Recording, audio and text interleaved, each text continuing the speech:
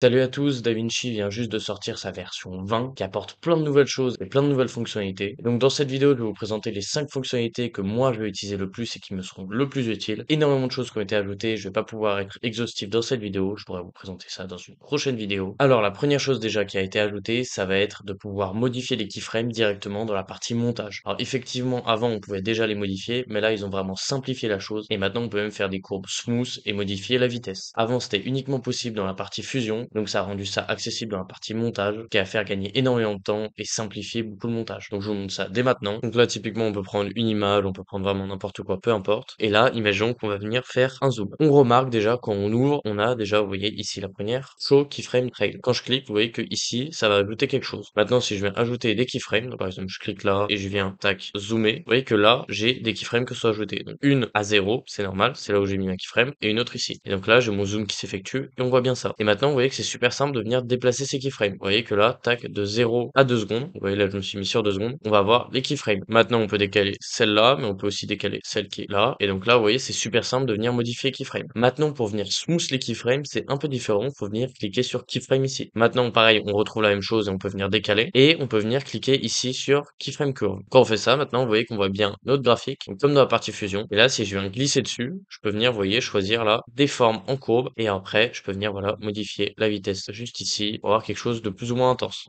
Et donc là je modifie ça. Vous voyez que maintenant si je lance, tac, j'ai voilà une courbe avec de la vitesse qui a été ajoutée et qui est beaucoup plus fluide que ce qu'il y avait avant. Donc ce qui était avant c'était ça, donc quelque chose de linéaire. Et que là ça a vraiment pas beaucoup de fluidité. Maintenant quand je sélectionne et que je viens mettre ça, là ça a déjà plus de fluidité. Et quand je mets ça et qu'en plus je viens tac modifier les vitesses, on va avoir quelque chose voilà, vous voyez, de beaucoup plus fluide. Donc ça c'est vraiment un gros plus qui a été ajouté à DaVinci. Et en plus de ça, vous pouvez voir que à côté ici, on a un autre icône. Cette icône, c'est l'icône de VoiceOver. Quand je viens cliquer dessus et que je viens choisir mon micro, donc typiquement celui-là, et que là je viens choisir où ça va se placer, et que je clique ici et que je viens parler, en fait, vous voyez qu'il va y avoir un VoiceOver qui va se mettre directement sur ma timeline. Donc là, je viens enlever ça. Là, je vais venir augmenter le son pour bien qu'on entende. Et là, qui va se mettre directement sur ma timeline. Vous voyez que ça a bien fait le VoiceOver de ce que j'ai dit juste avant. Donc ça, c'était les nouvelles icônes qui ont été ajoutées. Concernant les keyframes, c'est vraiment un gros plus. Vous voyez que ça fait gagner énormément de temps et enfin ajouter de la fluidité dans la partie montage. Maintenant, on va passer à la deuxième chose qui est vraiment super importante selon moi, ça va être l'animation des sous-titres. Alors effectivement, avant sur DaVinci, on pouvait venir créer des sous-titres, ça c'est depuis très longtemps, mais on pouvait pas venir les animer. Pour les animer, soit on venait utiliser Snapcaption, soit en fait on sortait, on allait par exemple sur Submagic. Snapcaption c'était toujours limité. Maintenant, directement dans DaVinci, on peut faire des animations highlight de mot par mot. Donc je vais vous montrer ça tout de suite. Donc là voilà, on va venir prendre une partie d'un rush et ensuite on va venir créer des sous-titres. Donc pour créer les sous-titres, je le rappelle, Timeline, IA Tool, créer des sous-titres. Là on va laisser les sous-titres de base. Donc c'est vraiment pas le plus important. On va juste voir ça comme ça pour l'instant. Maintenant, on a nos sous-titres et vous voyez que là les sous-titres sont vraiment très très fades. Mais depuis la nouvelle mise à jour, quand je viens dans titre ici et que je viens cliquer sur titre, ensuite ici vous voyez vous avez subtitle. Et avec subtitle, donc là on a directement des presets, vous voyez. Là, on a aussi des presets animated. Et dans les presets animated, on va venir choisir Word Highlight. Je vais venir drag and drop ça sur sous-titres. Et là vous voyez Dans que cette maintenant vidéo, je vais te montrer on comment, a grâce à Word Happify, Highlight. Vous voyez que maintenant il y a quelques petites erreurs. Là, typiquement, ça prend pas tout le mot. Pourquoi? C'est parce qu'en fait, là, je suis sur la version bêta. C'est pas la version qui est sortie directement officiellement. C'est-à-dire que d'habitude, quand il y a une nouvelle version, quand on ouvre DaVinci, ça nous propose la mise à jour. Là, non, j'ai dû aller directement sur Blackmagic et télécharger la version bêta. C'est pour ça qu'il y a encore quelques petits ajustements à faire. Happify, tu vas Et vous pouvoir voyez que dans scraper la logique, on a le voilà, du web mot par en mot entier, highlight. Donc typiquement ici, ça marche bien. pouvoir scraper Et l'avantage, c'est qu'on peut venir cliquer ici, aller sur piste, et on peut venir choisir, vous voyez, différentes polices. Donc, on va venir par exemple prendre celle-là. On peut venir choisir la couleur. Donc, typiquement, je peux venir mettre blanc. Je peux venir mettre ensuite, je sais pas, vert. Je peux venir ajouter des contours, ajouter un background. Et l'avantage de ça, c'est qu'on peut venir créer en fait nos propres presets animés et venir ensuite les drag and drop là. Donc ça, je vous le présenterai dans une autre vidéo. Mais vous voyez qu'en fait, ça ouvre la le porte à web en énormément de entier. choses. Et c'est enfin ajouté. On n'a plus besoin d'aller autre part pour avoir cette animation. Et là, je vous ai montré avec ce type d'animation, mais je peux venir ajouter celui-là aussi. Dans Donc là, vous cette voyez vidéo, que je là, vais te montrer comment, grâce à c'est un autre type d'animation. Je peux mettre aussi rotate. Happify, tu vas pouvoir scraper le web en entier.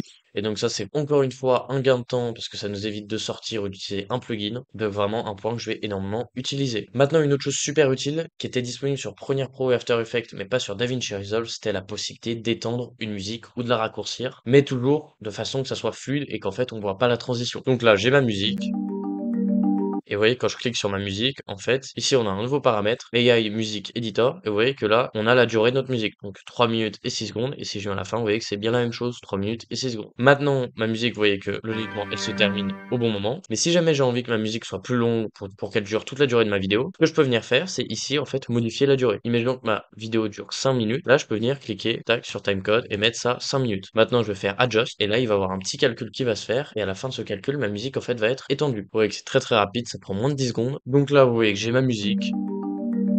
Et donc, ma musique, si je viens à la fin, vous voyez que sa durée, c'est 3 minutes et 6 secondes. Donc, si je viens dans le nouvel outil qui s'appelle IA Music Editor, et que je viens l'ouvrir, vous voyez que c'est la même durée. Donc, si maintenant je veux venir augmenter la durée, il y a deux méthodes. Soit je peux venir le faire de façon précise, c'est-à-dire indiquer un timecode, soit sinon je peux juste faire live stream. Et maintenant, vous voyez que là, je vais pouvoir étendre ma musique. Donc là, imaginons que je l'étende jusque là. Il va y avoir un petit calcul qui va être fait, et ensuite ma musique va être étendue. Vous voyez que maintenant, là, ma musique a bien été étendue. Elle se finit maintenant à 3 minutes 50. Et pour voir que ça a bien été étendu, il y a ces petits zigzags en fait pour nous indiquer voilà que ça a été étendu. Et vous voyez que là en fait, tac, ma musique, elle va faire comme ça maintenant. Donc une transition plutôt pas mal.